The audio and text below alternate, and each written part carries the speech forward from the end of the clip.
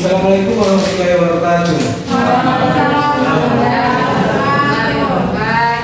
Baiklah, pemerintah yang berdiri di sini tentu saja untuk mempresentasikan hasil diskusi kami yang berjudul Kana dan saudara-saudaranya kepada narasumber pertama dan bersama. Baik, terima kasih kepada moderator. Kami dari kelompok 8 ingin mempresentasikan hasil makalah kami, yaitu Kana dan saudara-saudaranya. Kana merupakan salah satu bab di antara beberapa bab nawasih. Yang dimaksud nawasih di sini ialah merusak atau menghapus takmir mubtada dan khobar. Adapun Kana dan saudara-saudara yang telah tertulis di papan tulis ialah berupa fi'il. Adapun maksud dari Kana yaitu adalah keadaan, sedangkan sorok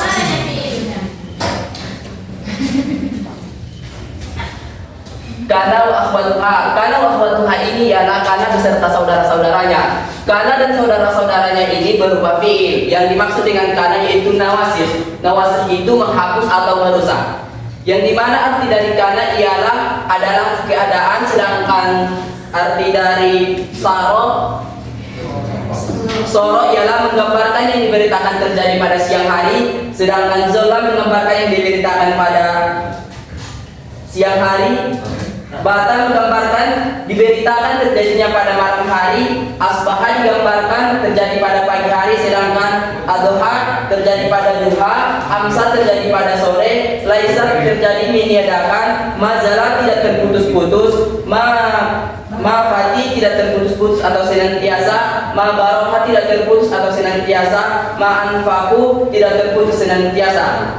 Sedangkan yang caranya itu madamar sama juga artinya tetap atau terputus atau menerus. Jumhur ulama sepakat dikategorikan Kana dan saudara-saudaranya ialah sebagai fi'il. Menurut Persia, untuk laisa ada perbedaan mengenai kategorisasi yang menyebutkan laisa sebagai huruf. Walaupun demikian laisa masih beramal layaknya Kana wa akhwatuha. Laisa ini ada pendapat menyatakan bahwa ini adalah bukan dari Kana dan saudara-saudaranya, melainkan laisa ini adalah berupa huruf. Tetapi Persia menyatakan bahwasanya laisa itu termasuk Kana dan akhwatuha. Adapun amal Kana dan akhwatuha yaitu amala Kana tarfa'u isma wa tansibul khabar. Yang itu amal Kana yaitu merofakan isim dan menasabkan khabar. Adapun contohnya yang pertama yaitu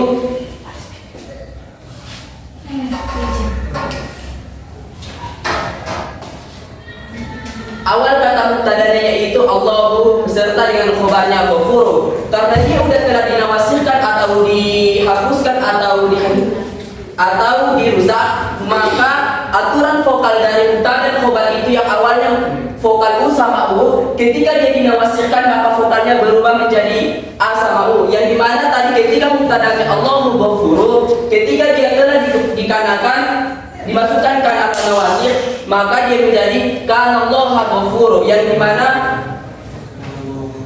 kanallaha ghafur, yang dimana Allah tadi sudah berubah menjadi isim kana, sedangkan ghafur sudah berubah menjadi nasab kana. Mungkin demikian penjelasan saya tentang Kana dan saudara-saudaranya. Saya kembalikan kepada moderator. Baiklah, terima kasih kepada narasumber pertama. Selanjutnya akan dilanjutkan oleh narasumber kedua kepada narasumber kedua. Silakan.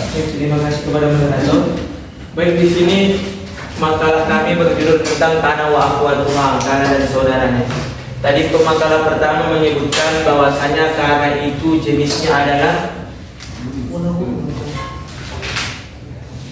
nawasih.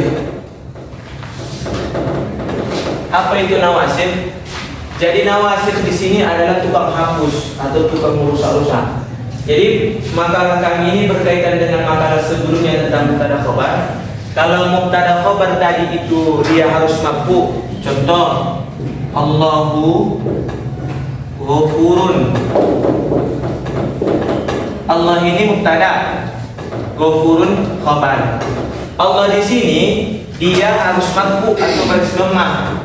Ini tandanya. Kemudian khobar pun harus marfu atau baris dhammah, Ghafurun tandanya. Namun ketika dia dimasuki Kana, maka dia akan merusak fungsi mubtada dan khobar. Yang awalnya tadi Allahu Ghafurun, dia akan berubah menjadi Allahu Ghafuron.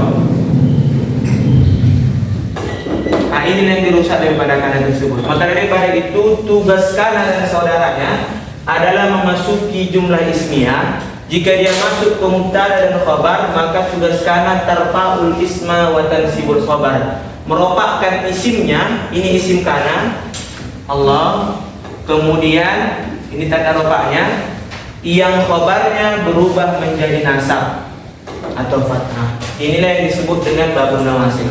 Babun nawasib ini ada 3. Satu lagi inna dan akhwatuha. Ketika ada inna, contoh inna di depan dibuat, maka ini berubah jadi Allah dan ini menjadi Ghafurun. Inilah yang disebut dengan babun nawasib. Dia merusak-rusak tugas dari mubtada khabar yang awalnya Allahu Ghafurun, tapi karena masuk kana maka dia berubah kana Allahu Ghafuran. Inilah yang disebut dengan babun nawasib.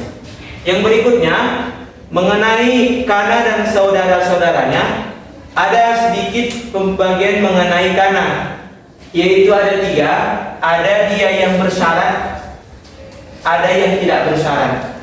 Maka untuk kana sampai dengan laisa, dia dapat beramal tanpa syarat. Contohnya ini, kana Allahu Ghafuron. Adapun untuk mazala mabariha manfakka, dia mempunyai kurang satu lagi ya, mafatihah.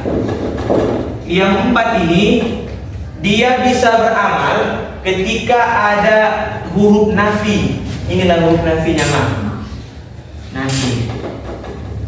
Jadi seumpama ada bahasa Arab, contoh bariha, namun tidak ada di sini penunjukan tentang nafinya, maka dia tidak bisa beramal seperti amal kana, yaitu menasabkan isimnya, meropakkan isimnya dan menasabkan khabarnya. Ini syarat yang pertama. Jadi untuk mazalah, mabariha, mafakka dan mafatiha harus didahului oleh adawat nabi. Bisa dengan ma, bisa dengan lam, bisa dengan lam. Satu lagi terakhir, ada satu jenis lagi yaitu madama. Madama atau kata dama ini dapat beramal apabila didahului oleh ma masdariyah atau ma dzurfiyah. Jadi inilah 3 pembagian. Untuk kana wallabata soro'adha asbaha amsalaisa, mereka bisa beramal layaknya tanfa'ul isma wa tansibul khobar, meropakkan isimnya. Ini isimnya harus vokal U, kemudian yang khobarnya berbentuk vokal A. Mereka bisa menggunakan amal ini. Namun untuk yang 4 ini, mazala, mabariha, mafakka dan mafatiha, dia harus didahului oleh adawat nabi ma. Sedangkan untuk khusus madama dia harus didahului ma masdariyah. Apabila tidak didahului dengan 2 syarat ini, maka mereka berdua tidak bisa beramal. Inilah untuk pembagian dari atau jenis mengenai kana dan akhwatuha. Kemudian kita akan masuk ke dalam contohnya. Di dalam makalah ada kami contohkan mengenai maziltu.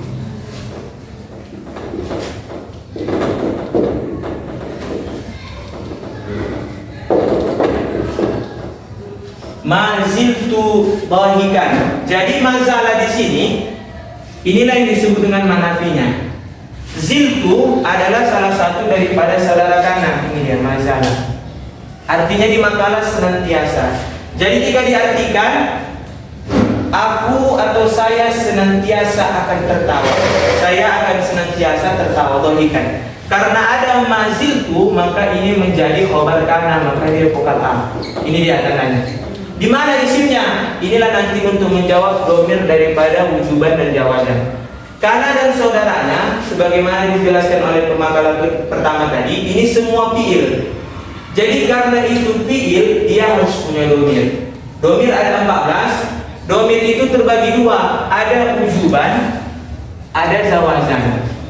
Wujuban artinya wajib, jawazan artinya boleh. Huwa dan juga hiya ini disebut sebagai domir jawazan, mustatir jawazan. Sedangkan selebih daripada huwa dan hiya, anta antuma antum anti antum antunna huma hum kunna ana nahnu, itu disebut menjadi domir mustatir wujuban. Apa maksud domir mustatir wujuban? Apabila kana atau ini semua berbentuk domirnya ana. Contoh ini, mazalah kan huwa, domirnya huwa. Ketika maziltu, ini domirnya ana, maka ana itu domir mustatir wujuban. Dia tidak boleh kelihatan isimnya. Jadi isimnya ada di dalam maziltu ini. Inilah isimnya tuh tandanya. Jadi ketika dia berdomir wujuban, maka dipastikan tidak akan pernah kelihatan isim daripada kana itu. Tapi kalau dia berbentuk huwa atau hiya, ada peluang dia keluar isimnya atau tidak. Contoh ini kana. Kana Allahu ghafuran. Inilah isimnya. Kenapa bisa keluar isimnya? Karena ini jawazan, dia boleh keluar isimnya, boleh di dalamnya, atau dihapuskan Allahnya boleh, karena ada huwa di dalam kana itu. Inilah yang disebut dengan domir mustatir wujuban dan domir mustatir jawazan. Mungkin untuk contoh berikutnya dapat dilihat di makalah.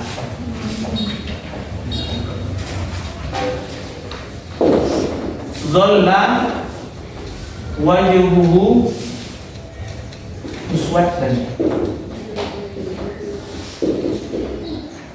Oke.